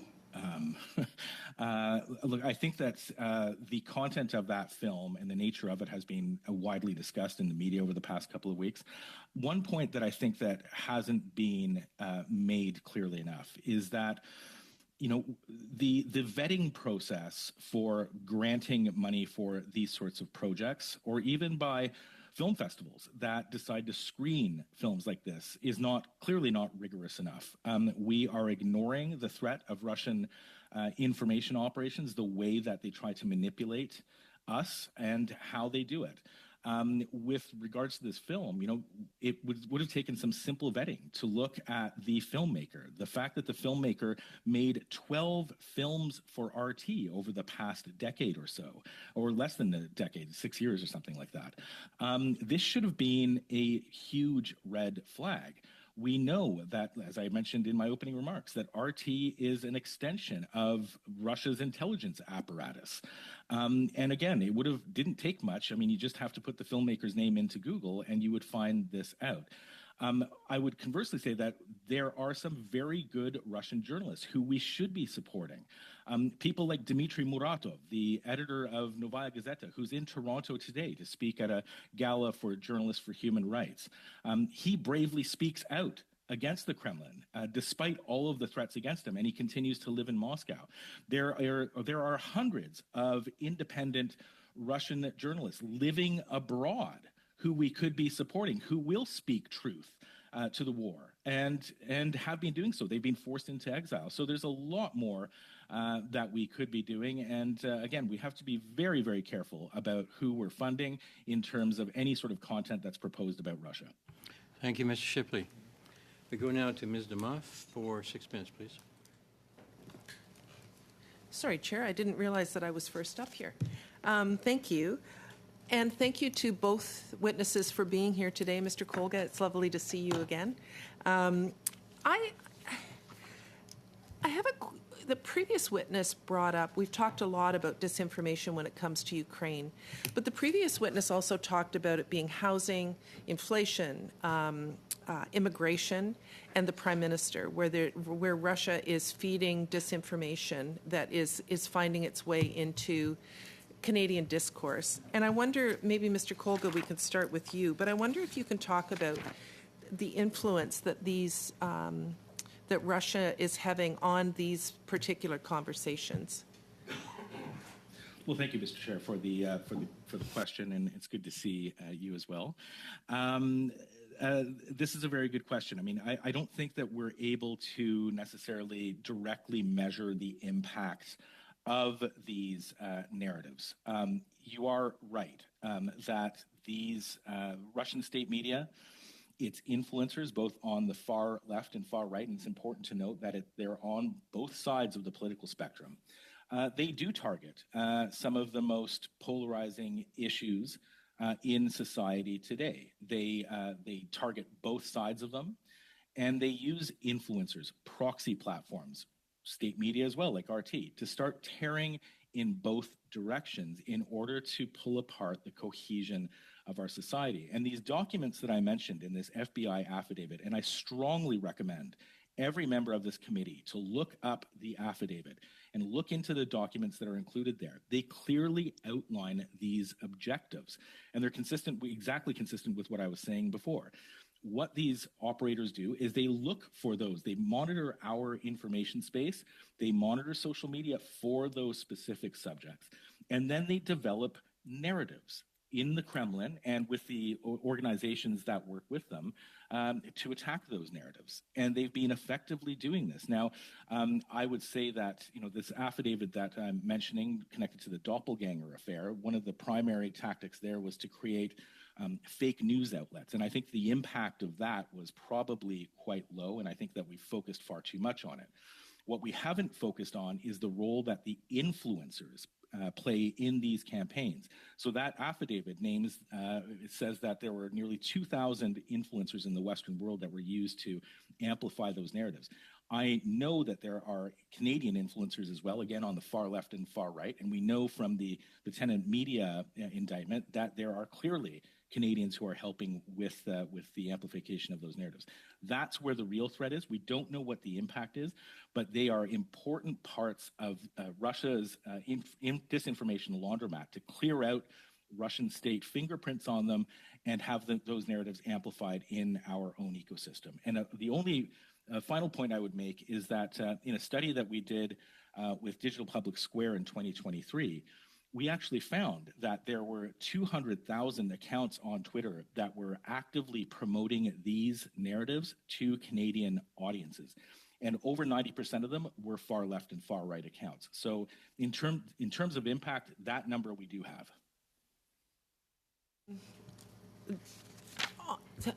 There's a Canada subreddit in that it came out that 4 user accounts represented 92% of submissions, and it was Russian-run propaganda. Now, I'm not on Reddit, but I wonder if maybe you could speak to how these comments that get put on platforms like Reddit, Rumble, others, Canadians may think, well, I'm not on Reddit, so I'm not influenced by it. How it actually filters from those platforms into common discourse where that disinformation becomes, people believe that it's true even when it's not. Well, just very, very quickly, and I'll let my co-panelists answer as well. You don't have to be on Reddit to be exposed to these sorts of narratives. You mentioned Rumble. That's a very important platform for the far right. You just have to be on Twitter or any other social media account. These narratives are planted everywhere by these Russian operatives. To interrupt, though, even if you're not on Twitter, I had a senior come into my office who had heard it at a coffee group information. Now, he's not on Twitter, but it filters from these social media platforms into the seniors' coffee groups, right? You're absolutely right, because they filter from Russian state media into social media to influencers, and then they also migrate onto platforms, alternative media platforms that some people in our community might be consuming because they don't trust mainstream media, or they don't see value in that sort of media. And so that's how these narratives, they do metastasize from the state media, again, social media, through proxy platforms. And as we saw with tenant media, the Kremlin is also paying these sorts of influencers that, the people at that the coffee club might be meeting. They may be consuming media from those sorts of platforms. And this is tenant media is the only platform that we know of right now.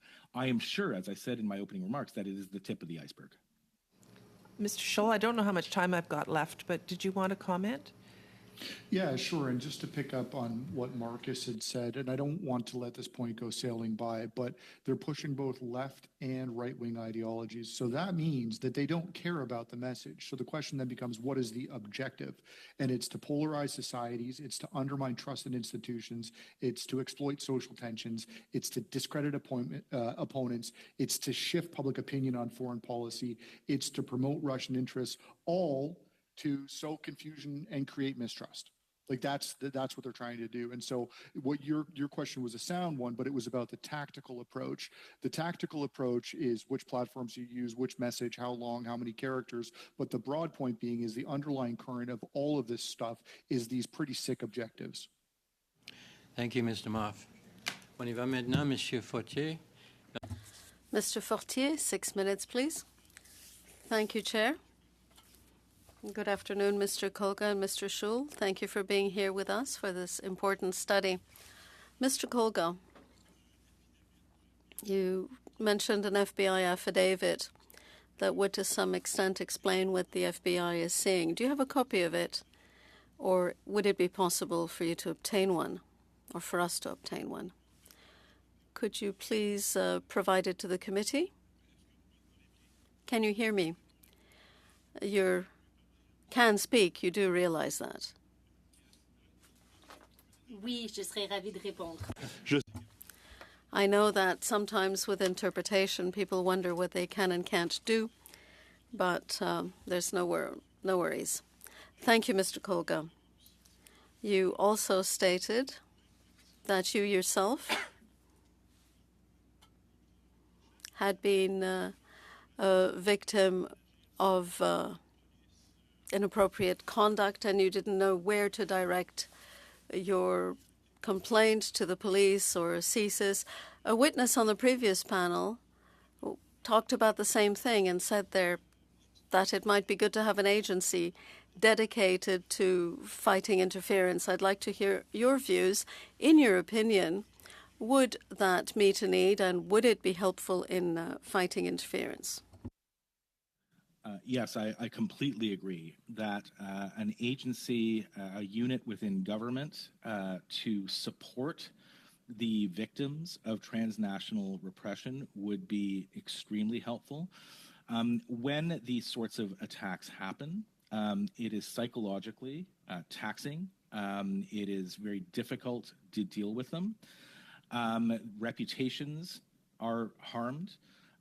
There are impacts on family members. And at the moment, there is zero support for the victims of this. And there are, I would argue, hundreds, possibly thousands of victims of transnational repression in Canada right now. We have seen how the Chinese government has targeted its own diaspora, how it has targeted Uyghur and Tibetan activists in this country.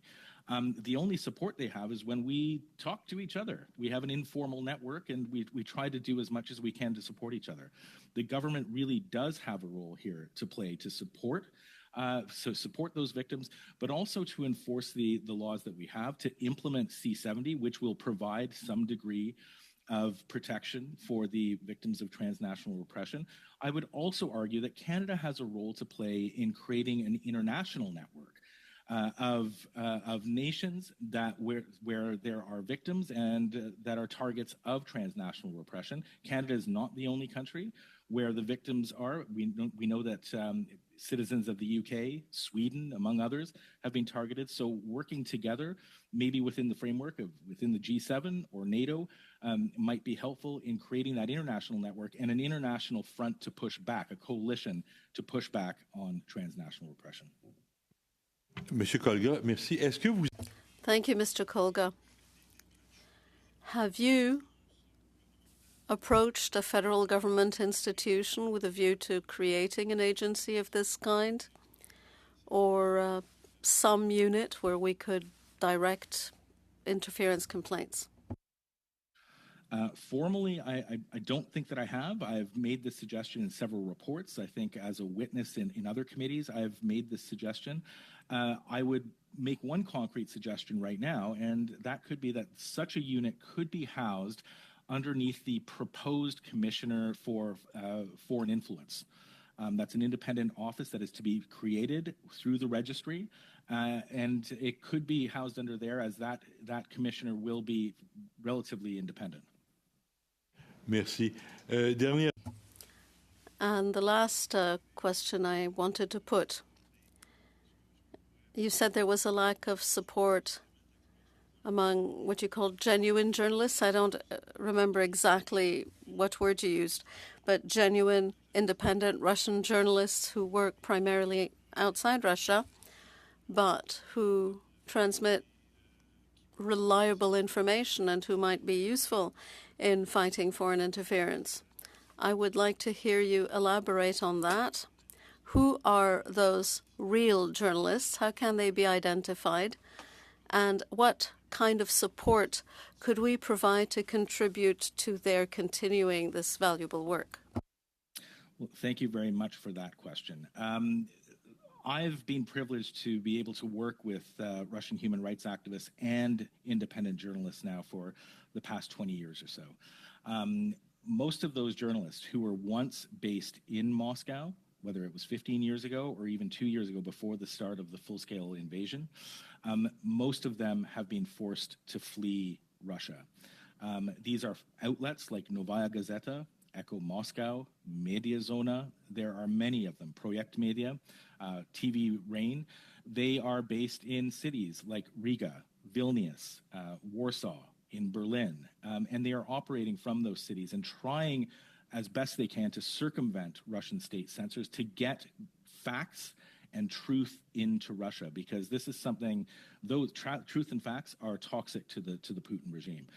Canada is right now engaging in a fairly significant way in supporting those media outlets by financing some training and supporting the creation of content. But we need to do much more. We need to be working with our allies to ensure that these outlets are sustained, because all of their revenue inside Russia has completely dried up.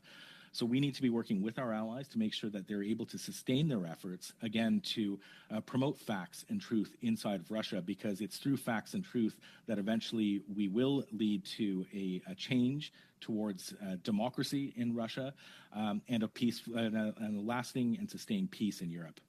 Rapidement, il ne doit pas rester beaucoup de temps. Very quickly. How do we identify those journalists? I doubt, or I imagine there isn't a register somewhere of real Russian journalists. Is there a way to identify them, and is there a process whereby we can support them?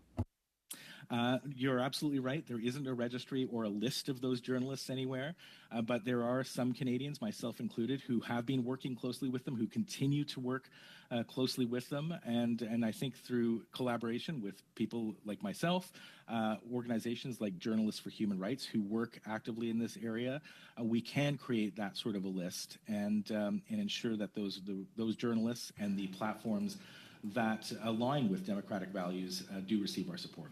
Merci, monsieur. Merci. We go now to Mr. McGregor. 6 minutes, please. Thank you, Mr. Chair, and thank you to both witnesses for being with our committee today.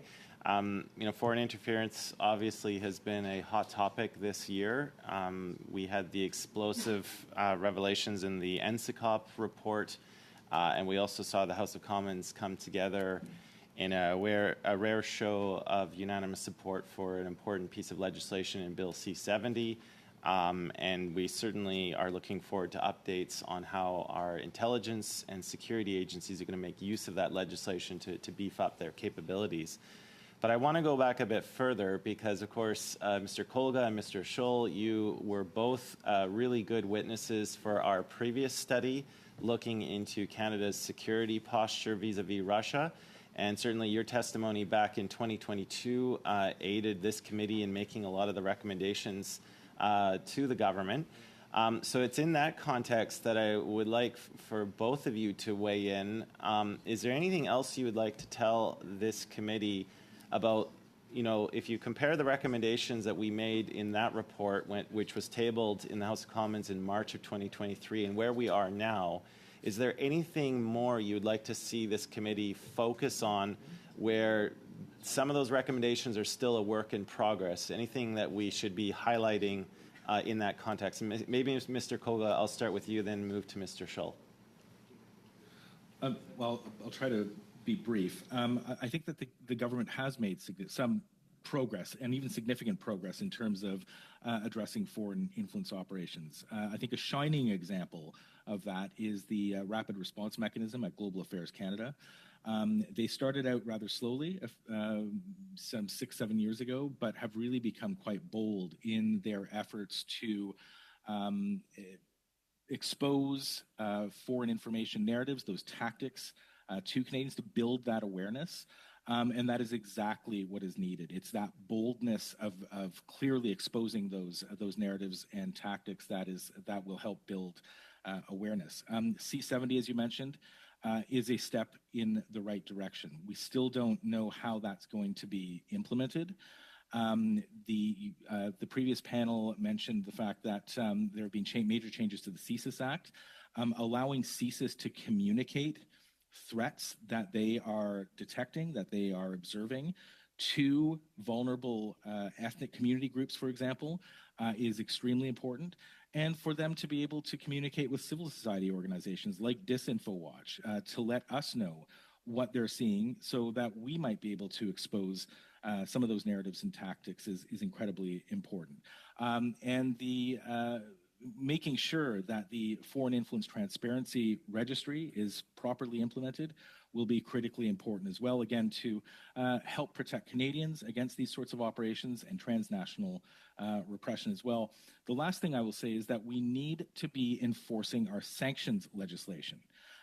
As I mentioned in my opening remarks with the tenant media case, we know now, thanks to the United States and the Department of Justice, that there were 2 Canadians who received financing, received funds directly from RT, now through some UK shell companies, but they received this funding in 2024, according to that indictment.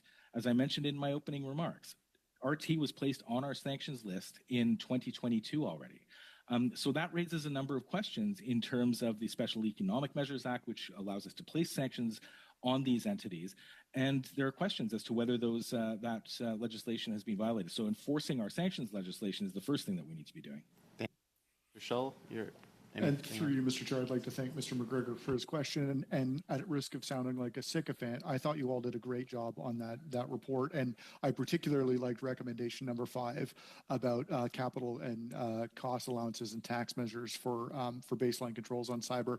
But maybe I want to throw out a bigger thing that wasn't part of that discussion, which is, and this was in what Mr. Kolga talked about, when he was targeted, you got a prominent Canadian who's targeted, and no one knows who's on first. We cannot have that. So we need to look at how the RCMP functions. And while I like the idea of having the commissioner take some responsibility as currently drafted, that is not in their ambit of focus. This is criminal activity. Let's treat it like that. And so what would a reimagined RCMP look like were it to follow the FBI, right? So enhancing their national security focus, strengthening their counterintelligence capabilities, increasing our ability to coordinate and collaborate with allies. So the question is, who's in charge when this type of stuff happens? And every single person knows who the answer is. Thank you. Mr. Kolga, I'll turn to you just for my last minute. Our last panel made use of the phrase useful idiots. You talked about Russia today and the fact that we need to really start implementing our sanctions regime. I want to talk about the influencers themselves, though. Is ignorance a defense? Do you think these people are actively aware? What amount of responsibility should these people bear, and how should that influence our committee's recommendations to the government? That's a great question. We've known since 2012 or so, even before that. I think RT was actually established in 2005. We knew that this was going to be a propaganda arm of the Russian government. Anyone appearing, at least experts, the academics, the activists that continue to appear on RT today. In fact, we know that one Canadian activist just last week appeared on an RT Talking Head show. Whether that individual received compensation for that, we don't know. But the fact is that we have Canadians who know exactly what RT is. They know exactly what its role is in terms of our information space, and they continue to appear on it. Even those that were appearing on it before 2022. We know that there were at least two academics. One academic, Canadian academic, was what you might refer to as a star columnist for RT up until February 24th, 2022, when the full-scale invasion happened. If you go to RT and search up this Canadian academic's name, it'll bring up hundreds of columns. This individual is producing content for RT on a weekly basis. And this is someone who is a Russia expert. So they knew exactly what they were doing and who they were speaking to. And I know that the previous panel also mentioned think tanks, Russian think tanks, like the Valdai Club. There are several... I'm sorry, I have to bring this to an end. If you can quickly wrap up. I would echo the previous panelists who said that we should be looking into the Valdai Club, other Russian think tanks that do, among whom are several, probably a dozen Canadian academics who are members. Thank you. We'll start our second round now with Mr. Motz. Mr. Motz, please go ahead, 5 minutes. Thank you very much, Chair, and thank you, witnesses, for being here. All the panelists that have been here so far today have spoken about and made reference to misinformation and disinformation, and how it undermines Canada's democracy, how it erodes trust in our public institutions, and it polarizes Canadians. Are we doing enough to combat this, in your opinion?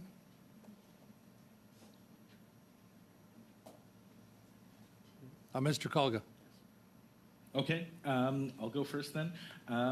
No, we can always be doing more. I think I mentioned in my opening remarks, Russia spends $3 billion annually on these operations. Now, these operations that they're funding are targeting their own people, but they're also targeting us. The U.S. DOJ indictment clearly indicates that $10 million was spent by the Russian government to try and directly influence our information space. We're not even coming close to matching Russia in terms of the resources that we are deploying to push back on these sorts of narratives. There are, like I said earlier, I think signs of hope and some bright spots where we are trying to push back. But again, we need to be doing a lot more.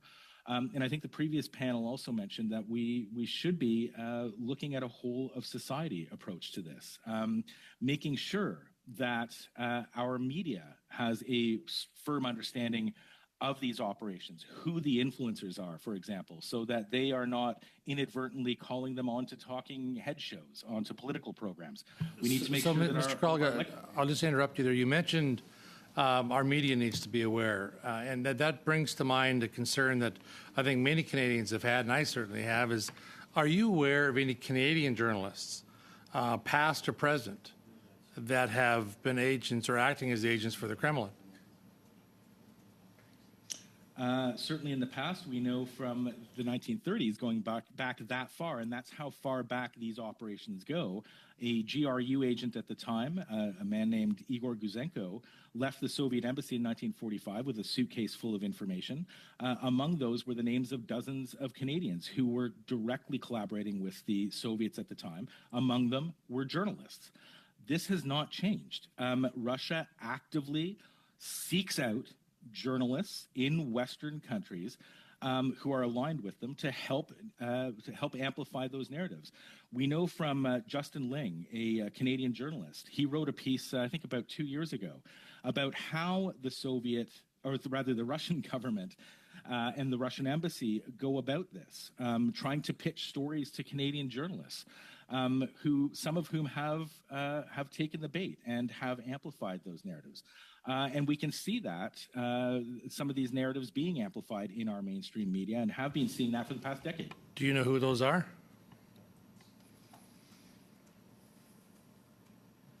Yeah. Name them. Can you name them? I'd rather not. As I mentioned earlier, I've been the target of transnational repression in the past. Some of these journalists have been involved in those operations and have sort of jumped on board with them. And I'd prefer not getting into that. Okay, fair enough. I appreciate your limited candor on that issue, Mr. Colger. Mr. Sull, you made a comment about the digital literacy and how Canada needs to step up with digital literacy for its citizenry. As you look at this, obviously, what prevents this digital literacy? What barriers exist currently in this country with government, whatever legislation, to give this a priority that it needs? Probably two or three things. Number one, just a lack of political will and leadership, and it's hard to do, right? Like, there's the second barrier is Section 91 and Section 92 of the Constitution Act, which I won't bore people to death with. But the point is once you get into this interjurisdictional ball of yarn, it gets trickier and trickier. Add to that school boards, and so there's a lot of players that need to be coordinated, and that makes it harder. But just because it's hard doesn't necessarily mean that we shouldn't do it, because it's about equipping our kids essentially with the skills that they need: logic, reasoning, comprehension, analytical ability. Those skills will help here for sure, but it'll help in life generally. We should be teaching them that stuff anyway. Thank you. Thank you, Ms. Motz. We go now to Mr. McDonald, please, for 5 minutes. Thank you, Chair, and thank you to the witnesses for being here today and the resilience that you've shown, especially Mr. Colger, and all that you've faced. Obviously, the interference is key to maintaining a nation's sovereignty and democratic value. But I just wanted to go back to you guys and say, each of you, if you could give us 3 points from this committee relatively quickly on what and how we could improve the committee's outcome and for this study that could be included to ensure that we're on the right page. We've talked about a lot of different things, a lot of different witnesses here today, and some of it being repetitious, but, to prioritize, 1, 2, 3 items that we could really focus on in our study. Could each of you give me a very quick synopsis? Sure, Marcus, why don't I shoot first on this one? First, what I said about a national digital strategy for literacy. Number one, that will require political leadership. It is one of the most nonpartisan issues I could ever imagine, making sure that the next generation is equipped for this. And so lean into that, because what we've got is a problem, like the digital citizenship contribution program that I mentioned was good. It's just a dosage problem. It didn't do enough. It didn't go far enough. And it was one government department at one level of government doing interesting things. We need to spread it around and make it a national priority. Number two, I'd already tipped my hand on this, but looking at the RCMP and making sure that they're equipped for the 21st century, so that they've got the tools and capabilities that they need, and whether or not the institution is fit for purpose, both on counter intel and on combating state adversaries, because what Marcus said shouldn't be allowed to happen. Right? We need to know who's running point in this country. And if we can't do that, if we get to one of these where everyone's pointing at somebody else, then we've got a serious problem that needs to be remedied. And number three, do it fast. and do it with seriousness and purpose, because this is all going to get way, way worse. Like, you just need to look at the trend lines on AI. This is set to get supercharged like you wouldn't believe. And so my third point is C point 1 and 2, and do them with purpose. Mr. Kolga? Yeah, so point 1, listen to what Aaron suggested and do that. That's the first point. Second, I'll go back to the influencers. We need to be working with our allies and figuring out a way to expose them. This is the best way to protect against these sorts of operations, protect us and our democracy against these sorts of operations. So exposing influencers, using our existing legislation, working with journalists and our allies to do that, that's very important. We need to ban all Russian state media. So we took some leadership back in 2022 by banning RT off of our satellite and cable systems. We need to follow Europe's example and completely ban RT, Sputnik, all of these Russian state media outlets from the internet and from our airwaves. And I would also say literacy, media literacy, following Finland's example.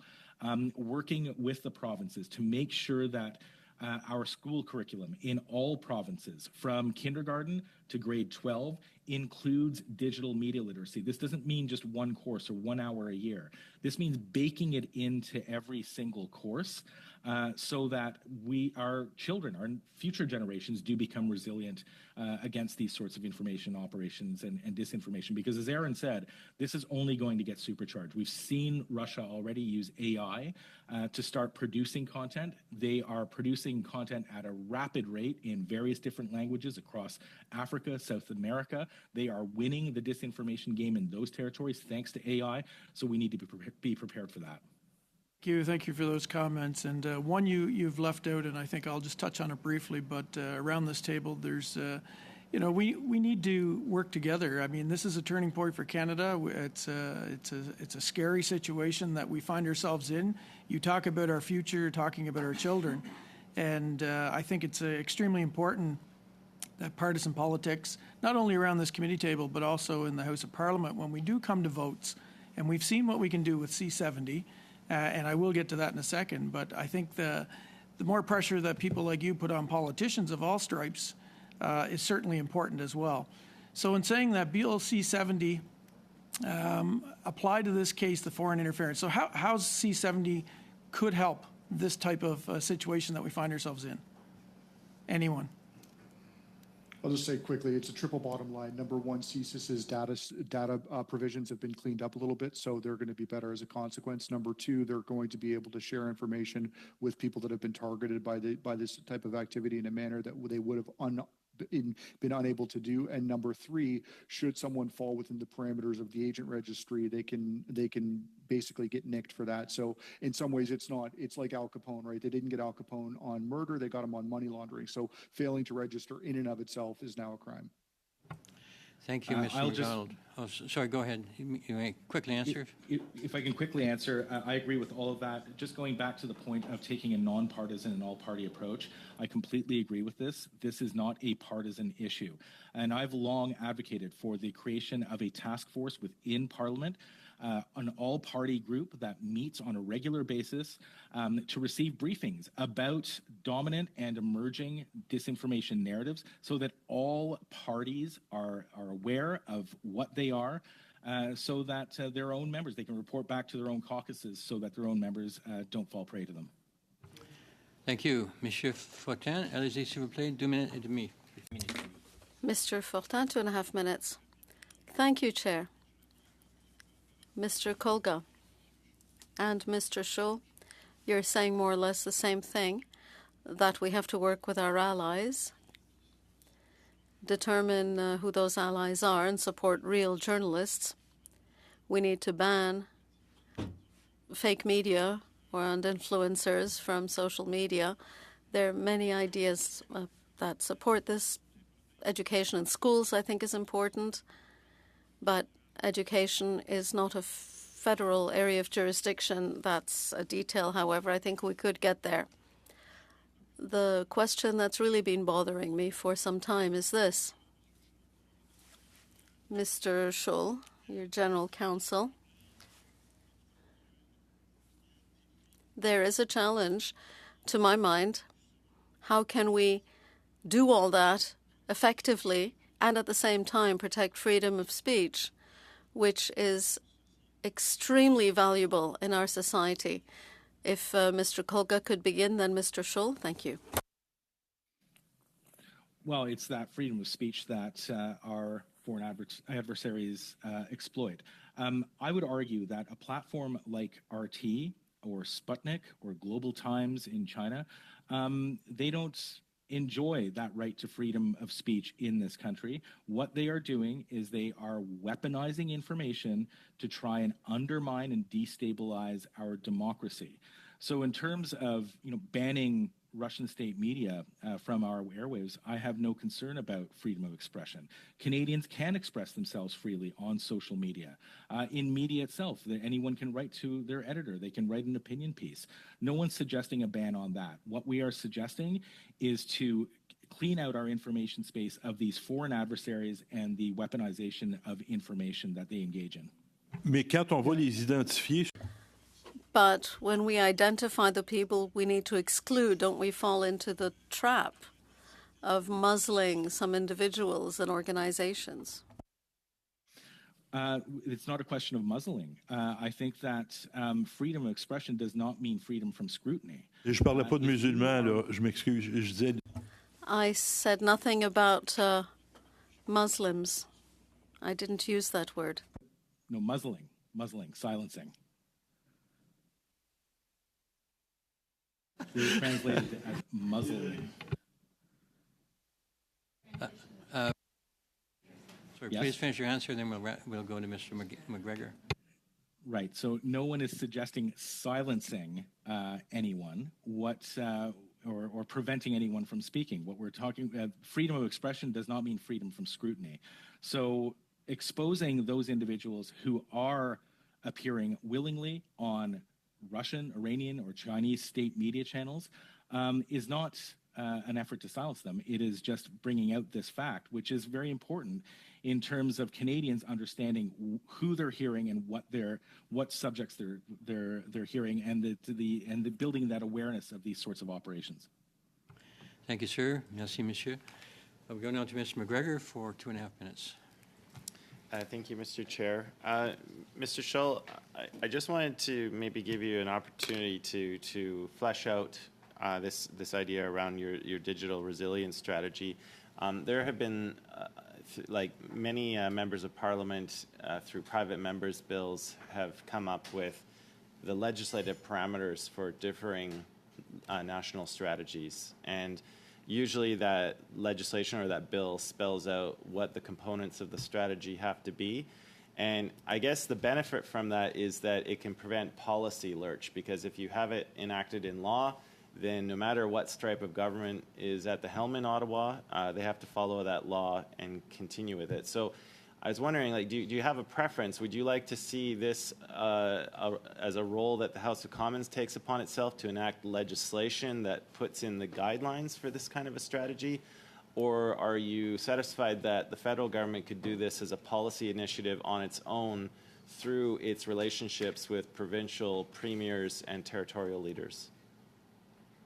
Yes, please. I mean, all of the above. I think if you were to take it on yourself to legislate, I think that would be the highest and best signal. I mean, we live in a system of parliamentary supremacy for a reason, and so should that be the case, I would be your number one fan.